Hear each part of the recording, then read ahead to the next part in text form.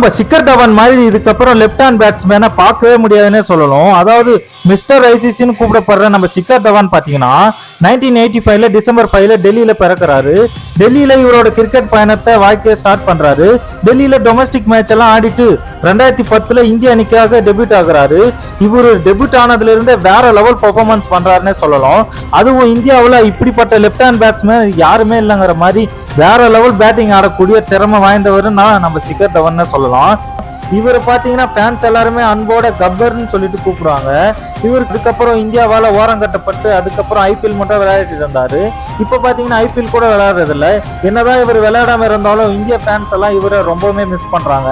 நீங்க யாரெல்லாம் மிஸ் பண்றீங்கன்னு சொல்லிட்டு கமெண்ட்ல சொல்லுங்க.